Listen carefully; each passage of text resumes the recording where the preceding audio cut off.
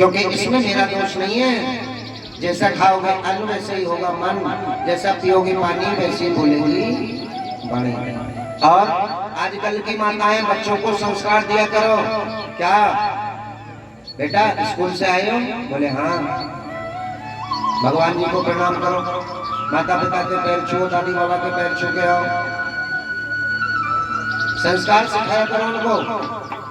रामायण गीता पढ़ो, भागवत जी सुनो। ऐसी पढ़ाई से कोई फायदा नहीं है। तुमने MB BA BSc MAD सब करा लिए, लेकिन संस्कार है नहीं बच्चों में, तो क्या फायदा फिर ऐसी पढ़ाई से? कोई फायदा नहीं है। आज तो टोपी वाले बाबा भी आ गए टिकरिया से। हाँ, बड़े अच्छे वक्त हैं, भजन भी बहुत अच्छे सुनाते हैं।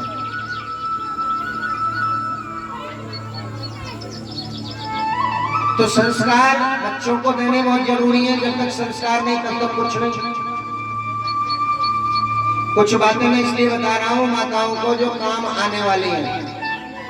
और एक बात और बता दूं नौजवान साथी को, नौजवान साथी जिन पर बड़े मोबाइल हैं, बड़े मोबाइल तो बहुत है। जब वीडियो बनावे ना तो खूब निकल के आमे सामने, लेकिन फिर दिखाई ना देते। क्यों? गुरुजी की वीडियो को बनाएंगे, झांकी वालों की बनाएंगे, उसमें तो मिले लाइक। आजकल इंस्टाग्राम पे वीडियो डालो, लाइक खूब मिलेंगे, फॉलोअर्स मिलेंगे। अरे भगवान के भजन देखिए, जिन पर मोबाइल है उनके लिए बता रहा हूं। आपके गांव की प्रतिदिन की वीडियो बनाते हैं हम,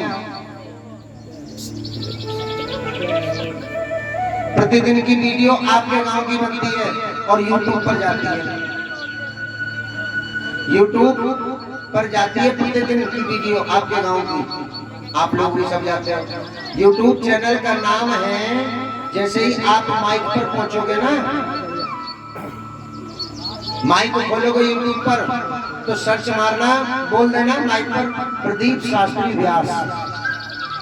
चैनल का नाम है प्रदीप शास्त्री व्यास। जब तुम बोलोगे तो आपके गांव की वीडियो आ जाएगा। दूसरा चैनल पंडित जी का है, उस चैनल का नाम है संजय शर्मा 2632। वीडियो आ जाएंगे, प्रतिदिन की वीडियो जाती है यूट्यूब पर। भैया अगर सर्च में आ जाए तो सब्सक्राइब जरूर कर दियो, जिससे कि प्रतिदिन की वीडियो आपके मोबाइल पे आती है। लाइक कमेंट भी कर दियो। और पैसा जा रहे हो ऐसा करने में तो मत करियो, क्योंकि डरे बहुत है फिरोजपुर के भगत, कभी पैसा ना मांग रहे गुरु जी।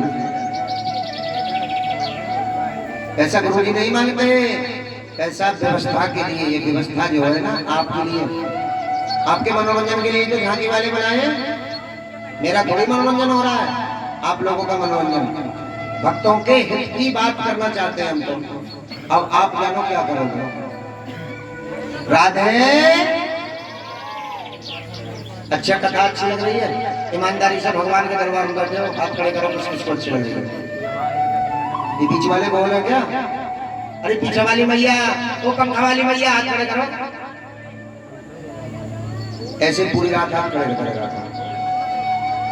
राधे बोलिए श्रीमद् भागवत महापुराण की।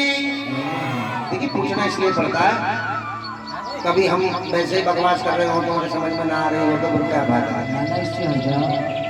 कथा को कथा कहते हैं कथन के लिए, एक एक बात समझ में आनी चाहिए, याद रहेगी कुछ बातें हमारी। और बात बताऊं कुछ, आजकल माताएं हमारे पास आती हैं, गुरुजी बड़े परेशान हैं। हमने कहा क्यों? हमारे पतिदेव हमें प्रेम ही न करें। इसकी वजह भी माताओं तुम हो, बता रहा हूं, ध्यान से सुन लो। अब पूछोगी क्यों? देखिए माताओं के कुछ श्रृंगार ऐसे होते हैं कि वो पराई स्त्री को नहीं देने चाहिए। कौन कौन से? एक हाथ की लगी हुई मेहंदी। आजकल क्या कर रही हैं, मेरी भी 2 गुप्ती मंगाई मैंने, एक मैं लगा ले, एक तो लगा ले, अपना प्यार बांट रही है। मेहंदी लगाई पति के नाम की, सिंदूर लगाया पति के नाम की, और वही मेहंदी सिंदूर तुमने किसी और को दे दिया, फिर ले गई आका प्यार। इसलिए मांग का सिंदूर, होठों की लिपस्टिक,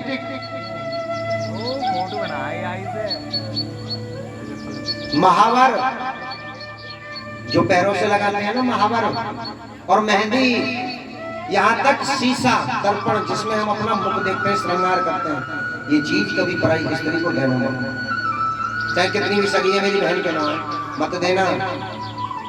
ऐसा ये एक श्रृंगार है। 16 श्रृंगार में आते हैं। पति की लंबी आयु होती है, जितनी लंबी मांग भरती है माताएं उतनी लंबी आयु पति की होती है। लेकिन आजकल का मॉडर्न जमाना में कुमकुम लगा रहे हैं, छोटी सी भाई यहाँ लगाई कुमकुम, घूम रही है। मंगलसूत्र जानती हो, हमारा सुहाग है, लेकिन मंगलसूत्र आजकल की बहुओं तो खूंटी पे टांग रही है, बाजार में घूम रही है। बात कड़वी है लेकिन सच है। श्रृंगार, अच्छा विवाहित स्त्री को हम पहचान कैसे करेंगे? तो ही तो पहचान है भाई, मांग में सिंदूर होना चाहिए और गले में मंगलसूत्र होना चाहिए। समझ लो, विवाह हो चुका, लेकिन आजकल की तो यही पता न चले कि विवाह हो गया ना हो, तो फैशन में आ गए ना। दूसरी बात, कथा में जाएं, मंदिर में जाएं, पति के साथ जाएं, माताओं को साड़ी में जाना चाहिए। कथा सुनने में आए तो साड़ी में आए। क्यों भाई? मैंने बताया ना, 2 पति हैं, एक प्राणपति और एक देहपति। अब देहपति को छोड़ के तो तुम घर आ गए। यहाँ सुनिए, मैं कथा सुनिया। अब यहाँ भी तो पति बैठे हैं, उनके सामने ऐसे बैठ जाओ पर्दा फाश है। अरे सुहागन के लिए पूरे श्रृंगार करने के बाद मंदिर जाना चाहिए, पूरा श्रृंगार करने के बाद कथा में आना चाहिए, पूरा श्रृंगार करने के बाद पति के साथ चलना चाहिए। ये मैं नहीं कह रहा हूँ, शास्त्र की बातें हैं ये। कभी कहो पंडित जी अपने पास से बना के कह रहे हैं, कभी दुखी नहीं उठाओगे अगर हमारी बातें, ये बातों को ही कभी पालन कर लोगी। लेकिन मैंने रात भी बताया था कि पत्नी के लिए ना कोई व्रत है, ना कोई धर्म है, ना कोई पूजा है, ना कोई पाठ है, बस केवल एक ही है, पति पति व्रत में मां, पति के चरणों की सेवा करना। अब तुम्हें छोटी सी कथा सुनाऊं, तुम कहोगे पंडित जी बार बार पति की बात कह रहे हैं। इस पति की सेवा करने से, जो हमारे देह पति है ना, इनकी सेवा करने से प्राण पति के दर्शन हो जाते हैं। कैसे होते हैं? एक नई बहू आई घर में, अब अपने पति की बहुत सेवा करें, पैर दबावे, हाथ दबावे, रोज मालिश करें। अब एक दिन बोली, देखियो मैं कितना प्यार कर रहा हूँ अपने पति को। आज जब तक खाना नहीं खाऊंगी, जब तक मेरे पति नहीं कहेंगे। अब पति ने तो आज तक कहा नहीं कि तुम खाना खा लो, तो कहे कहां से? एक दिन हुआ, 2 दिन हुए, 3 दिन हुए, 4 दिन हुए, 5 दिन हुए, पूरे 8 दिन हो गए, और वो भक्ता है ना भूखी रही, भोजन नहीं खाया, भूखी रहती। जब भूखी रहती थी, भगवान ने सोचा अरे अगर ये तो कहेगा नहीं, मूर्ख है, अगर मैं नहीं गया तो मेरी भक्ताएं ने कभी पति की सेवा करते करते मर न जाए, सूख के लकड़ी हो गई।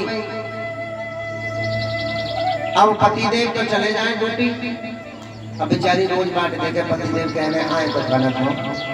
भगवान ने उसके पति का रूप बनाया और बाहर दरवाजे पर आए, दरवाजे से बोले सुनती हो? एकदम से बोली हाँ, मैं ड्यूटी जा रहा हूँ, कहने आया हूँ खाना खा लेना। अब तो बड़ी प्रसन्न हो गई, हे भगवान मेरे पति अब तो कहने लग गए खाना खाने के लिए, अब तो और ज्यादा सेवा करें, मेरे पति बहुत अच्छे हैं। लेकिन पति ने कभी ना कहा। इसी तरह से रोज 7 दिन बराबर, 6 दिन बराबर भगवान कहने आए। अब 7वां दिन जब आया रविवार का, अब पति देव बोले भाई आज हम ड्यूटी नहीं जाएंगे। अरे भैया यो चलो खड़ो मत। कहा कि आज हम ड्यूटी नहीं जाएंगे। बोले क्यों? आज हम रेस्ट में हैं। अब वो लेटे हुए और उनकी धर्मपत्नी पैर दबा रही अपने पति के। अब 11 बज गए, 12 बज गए, 1 बज गया। जब 2 बजे तो धर्मपत्नी कह रही है भगवान आज ही खाना खाने के लिए कह रहे हैं। रोज तो कहते हैं मैं खाना खा ले तो मैं खा लाऊं, आज क्यों ना कह रहे हैं?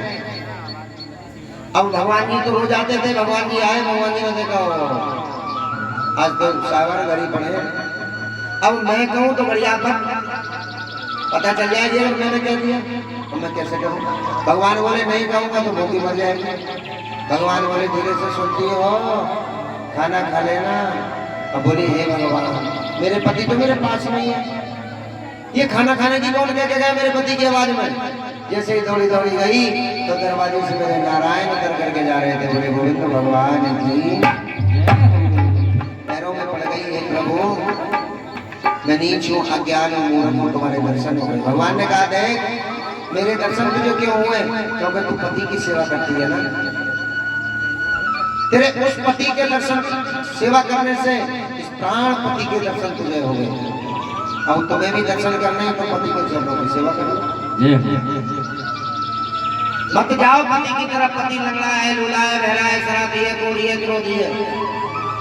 तुम अपने एक ही व्रत, एक ही नेमा, एक ही व्रत तुम्हारा पति की सेवा।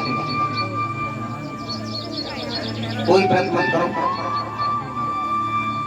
कभी डॉक्टर के पास दवाई लेने नहीं जाओगी, जाओ मैं वादा करता हूँ जो अपने पति की सेवा करेंगे। लेकिन भैया पति देव भी सुधर जाओ, सेवा कराने वाले भी तो ना रहे। बेचारी रात में तो खेतों में काम कर रही है, कहाँ से करें सेवा? सुबह ही चली जा, चारा लेके आ, मैं 12 बजे फिर रोटी बना, मैं ना मैं तो मैं 1 घंटा सोमे, फिर पशुओं में लग जाए बेचारी, तो सेवा कहाँ से करेंगी? अरे तुम करो बाहर का काम, माताएं करेंगी घर का काम, तब सेवा होगी। तुमसे काम नहीं हो रहा खेतों में तो नौकर कर लो, कोई जरूरी थोड़ी है माताओं से काम कराओ। अब कुछ कह देते हैं कि अरे काम करेगी तो नहीं, खाना नहीं खाती है। देखिए काम घरवाली केवल घर का काम कर सकती है, जानते हो? घरवाली तुम्हारे घर तक ही सीमित है, और दरवाजे से पैर अगर बाहर चला गया ना फिर तुम्हारी घरवाली नहीं है वो। ये शास्त्र कहते हैं। राधे तो इसलिए प्यारे भक्तों इन छोटी छोटी बातों पर ध्यान दो। अच्छा भगवान की पूजा, भाई देखो हमसे झूठ बोल सकते हो लेकिन भगवान जी सामने बैठे हैं, इनसे झूठ बोलोगे तो भगवान जी फिर तुम जानते हो कौन कौन भक्त पूजा करते हैं। सुबह को ना दो, जो पूजा करते हैं वो हाथ खड़े करें। एक बार ताली बजाओ, लेकिन हम क्यों ना करते हैं पूजा? अच्छा भोजन कितने भक्त करते हैं? भोजन तो सब खा लेंगे गुरु जी। ना ये भोजन को भी हाथ खड़े ना कर रहे हैं। भोजन ना छोड़े, हो सके भोजन ना खाते हो, भगवान जी क्या जाते हो? अरे जिस प्रकार ये भोजन जरूरी है उसी प्रकार प्रतिदिन भजन भी जरूरी है। तुम्हारे समझ में आ जाएगा। कैसे आ जाएगा? भजन क्यों जरूरी है? उम्र इतनी है जितना तुम यहाँ बैठे हो, जितना भजन कर रहे हो यही उम्र है, बाकी तो तुम्हारी बेकार। एक नई नई बहू, उसका नया नया विवाह हुआ, वो अपनी ससुराल में रह रही थी। ध्यान से सुनना कथा को। अपने ससुराल में रह रही थी। कुछ दिन बाद एक नई उम्र के संत आ गए। जब नई उम्र के संत आए